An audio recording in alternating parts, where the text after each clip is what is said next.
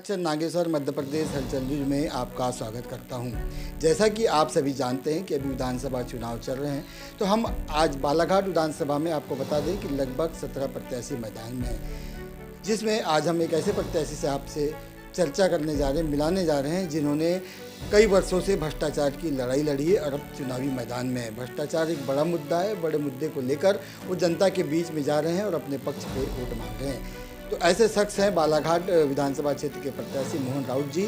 आज हम इनसे अब इस विधानसभा चुनाव को लेकर विशेष चर्चा करेंगे।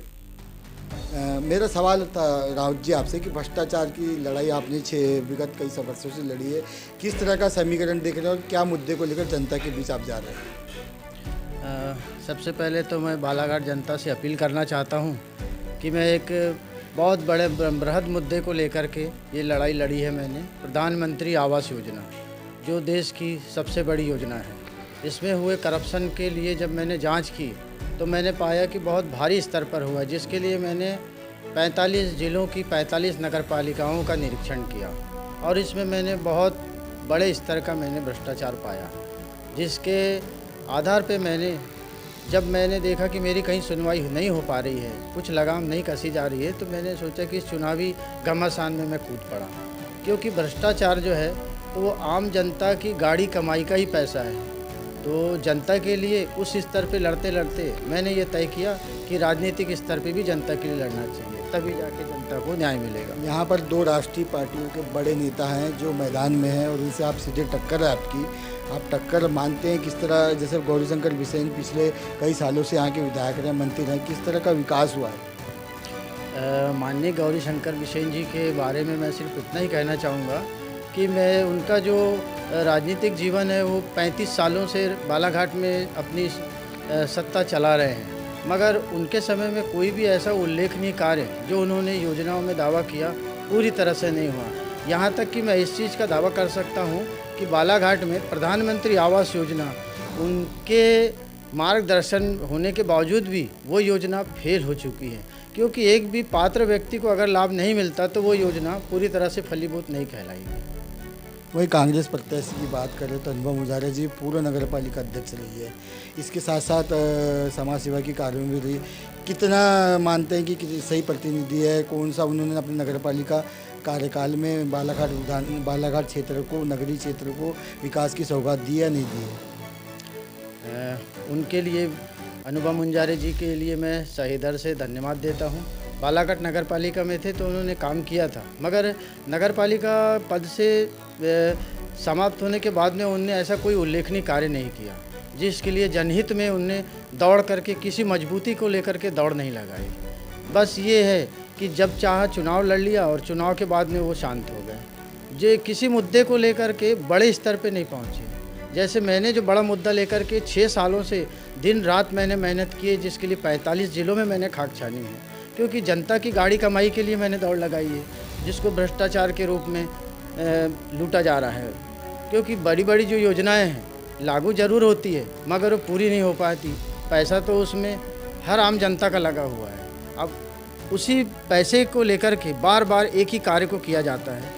तो मैंने उसके अंदर में यही देखा है कि पब्लिक का जो पैसा है, पब्लिक का पैसा व्यर्थ जो जा रहा है, उसी की जांच करके मैं पब्लिक के लिए चुनाव लड़ने के पहले से ही 6 साल से लड़ रहा हूँ। बाकी प्रत्याशी जो है तो जीतने के बाद लड़ाई करेंगे, मैं तो 6 साल से ही लड़ रहा हूँ, पहले से ही, जीतने के पहले, और लड़ता ही रहूँगा मैं।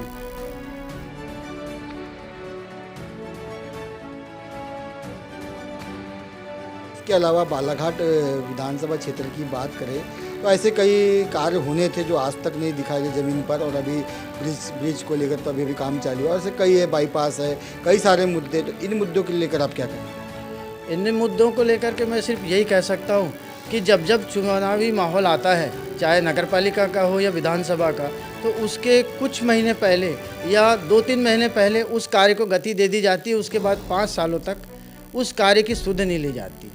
नाम ये होता है कि बस हमने चुनावी समय पे शुरुआत कर दी है, मगर वो पूर्ण भी नहीं हो पाते। अगर ओवर ब्रिज को ले लें अपन, तो इसके पहले पिछले चुनाव में भी इस चीज़ का मुद्दा उठाया गया था। तो 5 सालों में वो ओवर ब्रिज बनकर तैयार क्यों नहीं हो पाया? अभी चुनाव जो था तो 1 महीना पहले ही चुनाव के कार्य शुरू किया गया। अब ये चुनाव के बाद वो कार्य किस गति से चलता है ये नहीं कह सकते, क्योंकि नगर पालिका जब चुनाव चल रहे थे उस समय रेलवे स्टेशन से हनुमान चौक की जो सड़क थी उसका भी कार्य प्रारंभ हुआ था, मगर उसके बाद वो आज भी अधूरा ही पड़ा हुआ है, जिनके कारण जनता को भारी दिक्कतों का सामना करना पड़ रहा है। बात करें तो दोनों पार्टियां अभी लाडली बहन योजना बीजेपी की है, नारी सम्मान योजना सरकार बनने के बाद कांग्रेस ने दावा किया कि नारी सम्मान योजना हम लागू करेंगे, 1500 रुपये देंगे, और पेट्रोल के गैस की बात करें तो 500 रुपये में गैस देंगे। इस लालीपाप है या व्यक्ति यानी लोगों के हित के लिए है ये जो योजनाएं हैं लालीपाप के अलावा कुछ भी नहीं है, क्योंकि ये अगर कांग्रेस पार्टी आती है तो कांग्रेस पार्टी तो पहले जब भी आती शासन में तो ये कहती कि हमारे पास फंड नहीं है, गरीब करके चले गए। बीजेपी आती है तो अगर योजना लागू करती है तो उससे कई गुना बढ़ा करके महंगाई के रूप में लोगों से वसूल करती है, लोगों के घर का जो चूल्हा है महंगाई के रूप में ठंडा कर देती है।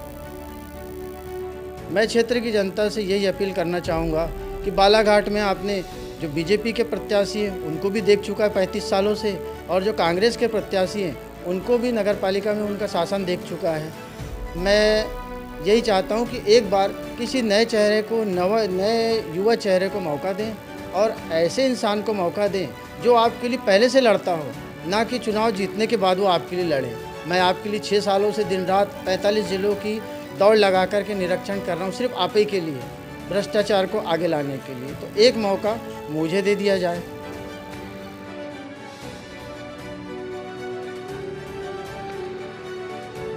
भ्रष्टाचार की लड़ाई को लेकर आपने जैसे बता रहे हैं कि आप कई वर्षों तक उससे लड़े हैं, तो कि ऐसा कोई आंकड़े हैं कि आपके पास में कि लगभग इतना भ्रष्टाचार प्रधानमंत्री आवास में हुआ है? एक आवास का मुद्दा आपने बताया कि करोड़ों के भ्रष्टाचार है, कितना भ्रष्टाचार देखा आपने? मैंने ये देखा है बालाघाट नगर पालिका में प्रधानमंत्री आवास योजना AHP घटक का जो है वो 1,13,13,67,000 रुपये का AHP का प्रोजेक्ट है, और एक प्रोजेक्ट है 130 करोड़ रुपए का। ये सारे के सारे जनता के पैसे जो हैं इन्होंने नगर पालिका ने खतरे में डाल दिया है। 1,13,13,67,000 रुपये को इस कदर खतरे में डाला है कि डर के मारे वो 7 करोड़ रुपए फिर शासन से मांग कर रहे हैं रिटर्निंग वाल उठाने के लिए। अगर रिटर्निंग वाल उठाने से वो पैसे बचा जा सकता है तो पहले ऐसी जगह का चयन क्यों किया गया है जहाँ पर इतने सारे पैसे, इतने सारे जनता के रुपए जो है खतरे में पड़ जाए। जानबूझ करके इस खतरे को उठाया गया और 7 करोड़ का भार जनता के ऊपर डाला जा रहा है, तो ये तो उचित नहीं है ना। ये थे मोहन राउत जी, जो नेशनल वर्ल्ड पार्टी से बालाघाट विधानसभा चुनाव से मैदान में हैं। लगातार कई वर्षों से भ्रष्टाचार को लेकर लड़ाई लड़ रहे हैं। इन्होंने प्रधानमंत्री आवास योजना में भी बड़े घोटाले की बात कही है और इसको लेकर कोर्ट, हाई कोर्ट और हर जगह के दरवाजे खटखटा रहे हैं और इसी मुद्दे को लेकर जनता के बीच में जा रहे हैं। इनका वादा है जनता से, अगर ये चुनाव जीतते हैं तो भ्रष्टाचार को लेकर, जहां सरकारी शासकीय विभागों में भ्रष्टाचार होता है उसमें रोकथाम करने का उपाय ढूंढेंगे और रोकथाम करेंगे।